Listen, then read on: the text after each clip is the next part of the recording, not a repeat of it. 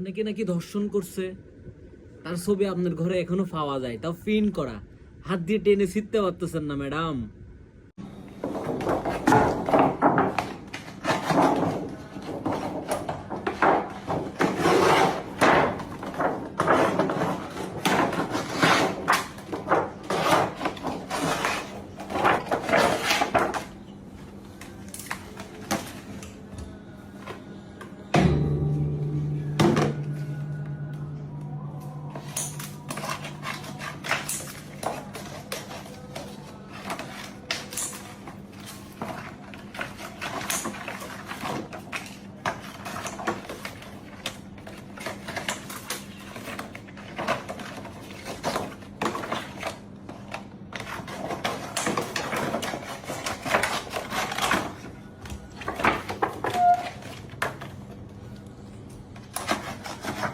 লাস্টে কেসি দিয়ে কাটতেছেন, কেসিটাও আপনার খাটের পাঁজরে রাখা।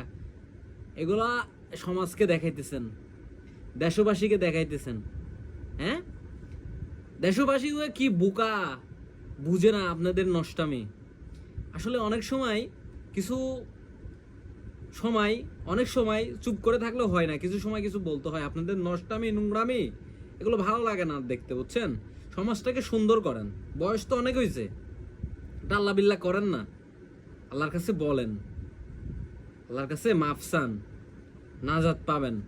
এভাবে সময় শেষ হয়ে গেলে আল্লাহ মাফ করবেন না। যেই মানুষটা আপনাকে দর্শন করছে, দর্শনের মামলা করছেন, নারী নির্যাতনের মামলা করছিলেন যত সম্ভব, একসাথে অনেক বছর থাকছেন, আবার নারী নির্যাতনের মামলাও করছেন, দুইজন এক ছাদের নিচে থাকছেন, তার ছবিটা পিন করে এখন দেশবাসীকে দেখাচ্ছেন।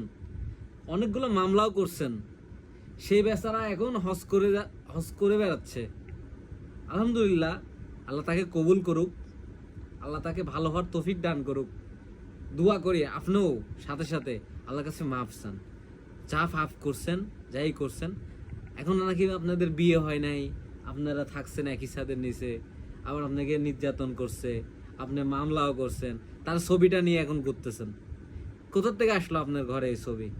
পিন করে আসছেন, অবশ্যই আপনি হাতের ঘরে কেসিটাও রেখে দিয়েছেন, হাত দিয়ে টেনেও ছিঁড়তে পারতেছেন না। কি দেখাচ্ছেন? শরীরটাকেও সেইভাবে পরিবেশন করতে পারতেছেন না।